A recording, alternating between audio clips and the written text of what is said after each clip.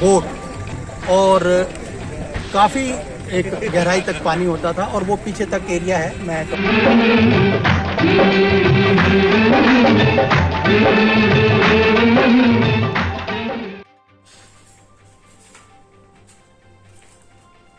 Bharat news के सभी दर्शकों को जेबी शर्मा का नमस्कार। आज एक रिपोर्ट है, वो फरीदाबाद के बड़खल झील से संबंधित है। मिलती ना थी जगह रखने को पांव, मिलती ना थी जगह रखने को पांव, हुआ मशहूर झील से बड़खल गांव। पहली नजर में हमने तो अपना दिल दे दिया था तुमको, पर तुमने देर लगाई, रुक रुक के बात बढ़ाई। बड़खल गांव जो मशहूर हुआ वो झील से हुआ, और ये झील जो है पर्यटकों का एक दौर में बहुत ही एक आकर्षक जिसे कहते हैं वो जगह या स्थान रही है। फारसी का एक शब्द है बेदखल। जब हम बड़खल के जो ओरिजिन है शब्द, इसे खंगालने की कोशिश करते हैं ऐतिहासिक रूप से, तो पता चलता है कि फारसी का शब्द है बेदखल, और बेदखल से ही इस शब्द की उत्पत्ति कहीं मानी जाती है। तो इसके अंग्रेजी मायने होते हैं फ्री फ्रॉम इंटरफेरेंस।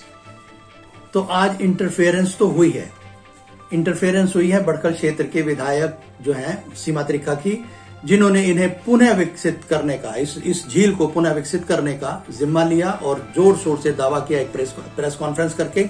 और ये प्रेस कॉन्फ्रेंस जो हुई है वो बड़खल स्थित ग्रे फाल्कन होटल में हुई, जिसमें जो शिरकत की गई वो minister of state of power and heavy industry Krishanpal Gurjar और सीमा त्रिखा जो कि इस क्षेत्र के विधायक हैं, और एडवोकेट गोपाल शर्मा जो अध्यक्ष हैं, जिला अध्यक्ष हैं बीजेपी के। इनके अलावा उनके साथ मौजूद रहे जो कुछ प्रशासनिक अधिकारी। तो आइए देखते हैं एक रिपोर्ट। पहली नजर में हमने तो अपना दिल दे दिया था तुमको, पर तुमने देर लगाई, रुक रुक के बात बढ़ाई। एक समय में कुलो गुलजार थी और लगभग 2010 में ये पूर्णतः सूख गई थी। 90 के बाद ये थोड़ी सी 90 तक तो बहुत गुलजार थी। उसके बाद धीरे धीरे समय गुजरता गया और पानी पहले कम होते होते एक स्टेज ऐसी आ गई, और 2010 में एक प्रयास किया गया जब कॉमनवेल्थ खेल हुए तो सरकार द्वारा इसको कृत्रिम रूप से भरने का प्रयास किया गया। लेकिन 2014 में जब सरकार बदली तो एक सर्वे किया गया, वो किया गया था Delhi parks and garden society DPGS द्वारा, और उन्होंने 2014 में एक रिपोर्ट सबमिट करी। उसमें इस झील को पूर्णतः सूखा हुआ पाया। फरीदाबाद के बड़खल गांव के नाम से प्रसिद्ध बड़खल झील कई वर्षों से बिल्कुल सूखी हुई है। यह अलग बात है कि सन 2010 में कॉमनवेल्थ खेलों के दौरान इस बड़खल लेक को कृत्रिम रूप से भरने का प्रयास किया गया था, लेकिन 2014 में दिल्ली के पर्यावरण महकमे के अंतर्गत आने वाली एक संस्था Delhi parks and garden society की रिपोर्ट में इस झील को पूर्णतः सूखा बताया गया। बीते 8 सालों से बड़खल झील को एक बार फिर से इसके पहले वाले स्वरूप में लाने की कोशिश बीजेपी की विधायक सीमा त्रिखा द्वारा प्रदेश मुख्यमंत्री की मदद से की जा रही है, जिसके चलते आखिर उन्हें सफलता मिल ही गई। इसी को लेकर बड़खल झील को दोबारा भरने का प्रयास शुरू हो गया है। इसको बड़खल को सुंदर बनाने के लिए काम कर रहे हैं। तो आज इस पत्रकार वार्ता में आप सबको माननीय कृष्णपाल गुर्जर जी, हमारे केंद्रीय मंत्री आपके बीच में उपस्थित हैं, हमारी बड़खल की लोकप्रिय विधायक बहन सीमा त्रिखा जी उपस्थित हैं, हमारे स्मार्ट सिटी की CEO श्रीमती गरिमा मित्तल जी उपस्थित हैं, श्री अभिषेक मीणा जी ACO यहाँ उपस्थित हैं, श्री ललित अरोड़ा जी चीफ इंजीनियर इस प्रोजेक्ट को देख रहे हैं, उपस्थित हैं, एक्शन अरविंद जी जो इस काम में लगे हुए उपस्थित हैं। मैं आपके बीच में क्योंकि मंत्री जी को पूर्ण जानकारी में कितना काम हो चुका है। जैसा आप सबको विदित है कि बड़कल झील के नाम से फरीदाबाद की पहचान होती है, लेकिन पिछले कुछ वर्षों में वो पहचान लुप्त हो गई और जो हरियाणा का एक प्रसिद्ध पर्यटक स्थल होता था बड़कल झील, जहां अनेक फिल्मों की शूटिंग भी हुई और एनसीआर का जितना टूरिस्ट था, यहां सैटरडे और संडे को पैर रखने के लिए जगह नहीं हुई। पिछले सालों में कितनी सरकारें आई, कितनी गई, मैं किसी की आलोचना करने के लिए नहीं आया,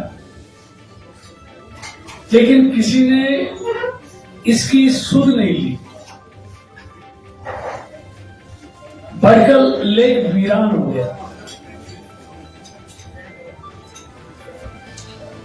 लेकिन 2014 में देश के लोगों ने मोदी जी को देश का प्रधानमंत्री बनाया, एनडीए की सरकार आई और अक्टूबर 2014 में ही हरियाणा के लोगों ने मनोहर जी के नेतृत्व में बीजेपी की सरकार बनाई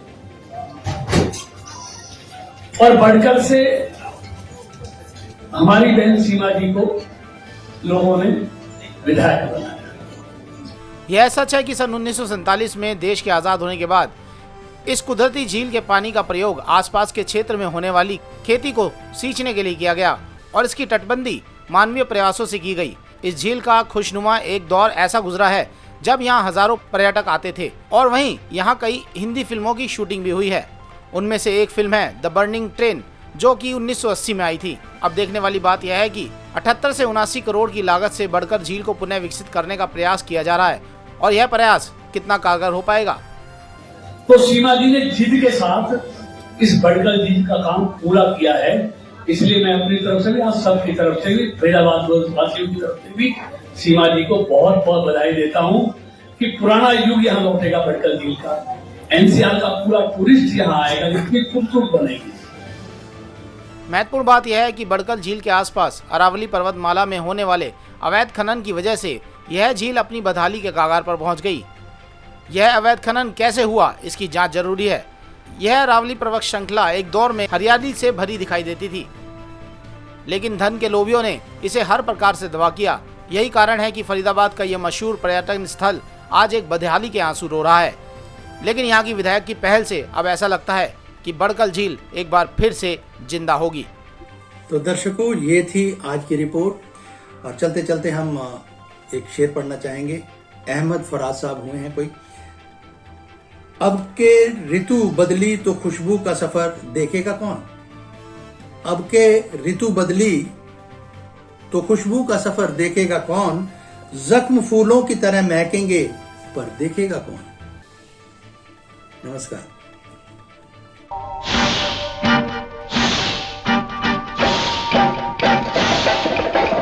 बोट और काफी एक गहराई तक पानी होता था और वो पीछे तक एरिया है। मैं